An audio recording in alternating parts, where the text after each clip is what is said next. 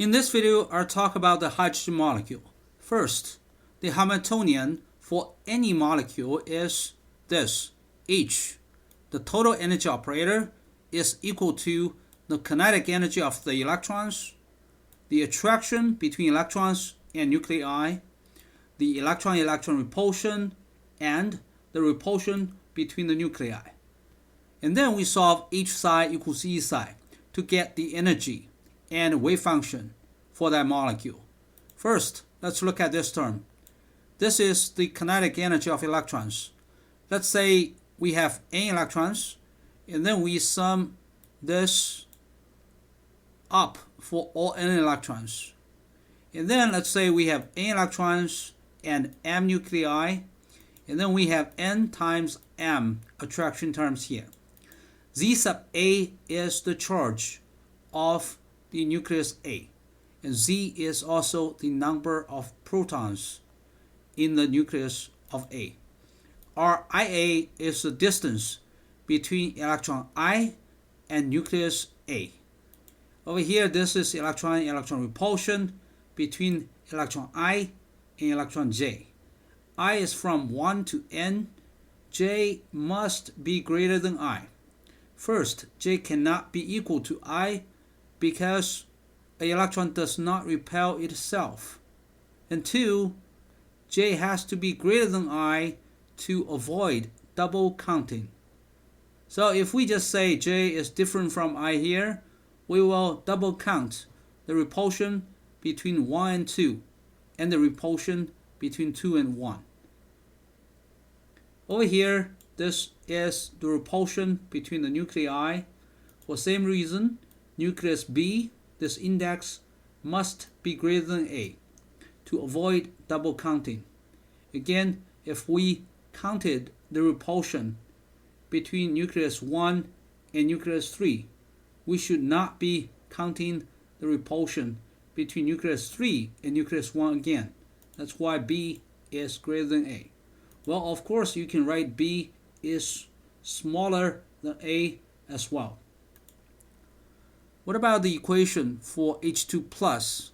The reason we talk about this one is because this is the simplest molecule that contains only one electron. So we have only one kinetic energy term. What about the kinetic energy of the two nuclei? Well, the kinetic energy of nuclei first is much smaller than the kinetic energy of the electron. 2, the kinetic energy of the nuclei is approximately the vibrational energy of the molecule. So we can solve the Schrödinger equation for the harmonic oscillator of H2 and get its vibrational energy anyway. And then over here we have negative 1 over R sub A. What does that mean? Well, R sub A is the distance between the electron and the nucleus A. Negative 1 over R sub B, that's the attraction between the electron and nucleus B. 1 over uppercase R AB, that's the distance between the two nuclei. We have a positive sign here because this is a repulsion term between the two nuclei. And then we have this H, including 4 terms. H psi equals E psi. We just need to solve this Schrödinger equation. How do we solve this Schrödinger equation? Although it's a one electron system, it's pretty hard to solve because of the two nuclei. So our trick is this. We first move this nucleus B to the moon, and then we have a wave function for the electron. It's just the 1s orbital wave function of this hydrogen atom A.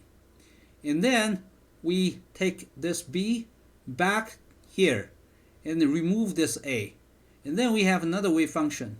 It's the 1s orbital of this hydrogen B. So these two wave functions are e to the power of negative R sub A and e to the power of negative R sub B. So we take a guess here. Maybe the wave function for the electron in this molecule is the linear combination of these two 1s orbitals. 1s A for hydrogen A, 1sb for hydrogen B.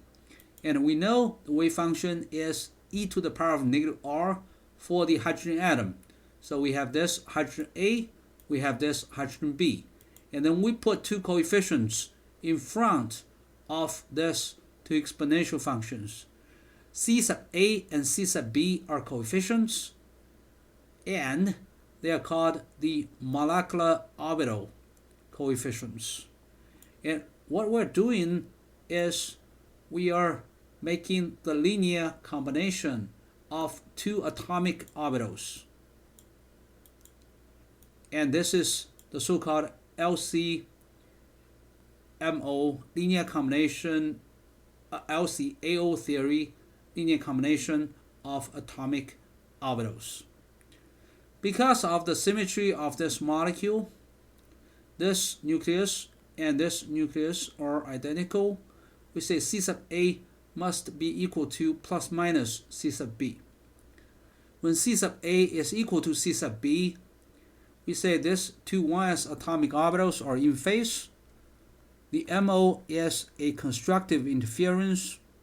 This MO is symmetrical, so it's called G symmetry, and we say it's a sigma bonding orbital. When C sub A is the opposite of C sub B, we say these two 1s atomic orbitals are out of phase. The MO is destructive interference. This MO is anti-symmetric with respect to the center of this H2 plus molecule, and this is a sigma star anti-bonding orbital. So let's look at the bonding orbital. This is sigma bonding orbital. This is sigma star anti-bonding orbital. All right, and over here we have the center of the molecule, and then to determine whether the symmetry is G or U, we can draw a arrow passing through the center and look at the signs of the two ends of the arrow. So over here, from here to here, they have the same sign. We say it's G symmetry or symmetrical. Over here, we have the center of the molecule right here, and then we draw a line that crosses the center, and then we see the sign changes from blue to red. Therefore, it's anti-symmetrical with respect to the center of the molecule, and we say it's anti-symmetrical. This is the MO diagram of the H2 plus molecule. We have only one electron occupying the lowest energy MO orbital. So this is the sigma bonding orbital. What about H2? We just put another electron here. We get rid of the plus sign. We put another electron here, and then we have two electrons occupying the sigma bonding orbital. The bond order is 1. How about H2 minus? We put a third electron in the anti-bonding orbital. Now the bond order is 0.5, because the bond order is the number of bonding electrons minus the number of anti-bonding electrons, and then divide the difference by 2. What about H2 2 minus? Now we have 4 electrons. We have to put the 2 electrons in the bonding orbital and 2 electrons in the anti-bonding orbital. Therefore, the bond order is 2 minus 2, and then divided by 2, that's 0. There's a 0 bond order in this H2 2 minus molecule. Therefore, this molecule does not exist. Now let's look at the neutral hydrogen molecule. We have 2 electrons. Therefore, we have 2 kinetic energy terms. And these 2 electrons both are attracted by the 2 nuclei. So electron 1 is attracted by the nucleus A, electron 1 attracted by nucleus B, electron 2 attracted by A, electron 2 attracted by B, and also there's a repulsion between nucleus A and nucleus B. So this whole thing is the Hamiltonian of H2. And we just need to solve this H psi equals E psi. And this time, because of this quantum mechanical postulate 6, make sure that you use a determinant to describe the wave of the 2 electrons. Again, when you exchange the 2 electrons, the sign of the wave function must change. we can enforce this postulate 6 by using a determinantal wave function. Now let's picture two separated hydrogen atoms, one here, one here. This is spherical. The density of electron decreases as the distance between the electron and the nucleus increases. So it's denser here, it's more sparse outside. Same here. So we have hydrogen atom A, hydrogen atom B. Now let's look at the sigma bonding orbital. There's constructive interference between A and B. So look at this region. We see a significant electron density here. Now let's look at the wave function. The sigma bonding orbital has a G symmetry. Again, it's symmetrical with respect to the center of the molecule. G is from a German word Gerade, and U is ungerade. And G means even, symmetrical. U means odd or anti-symmetrical. And then we do a linear combination of the 1s orbital of hydrogen A and the 1s orbital of hydrogen B. This plus sign tells us it's a constructive interference between these two 1s orbitals. What about this part? This part is a constant. This is just the normalization factor. And the normalization factor is much less important than this sign, because this sign tells us it's constructive interference, and also this normalization factor is much less important than this two. Actually, when we are looking at this expression, it tells us it's a linear combination of the two atomic orbitals, and this is constructive interference. The normalization factor simply ensures that the integral of the squared modulus of this wave function is 1.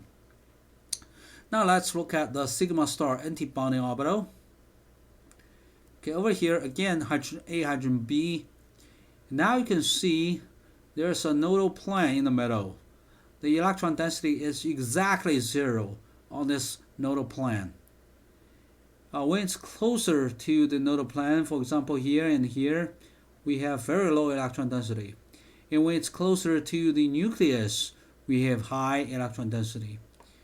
And again, let's focus on these two terms. They are the atomic orbitals. The negative sign tells us it's a destructive interference. And this normalization factor is trivial.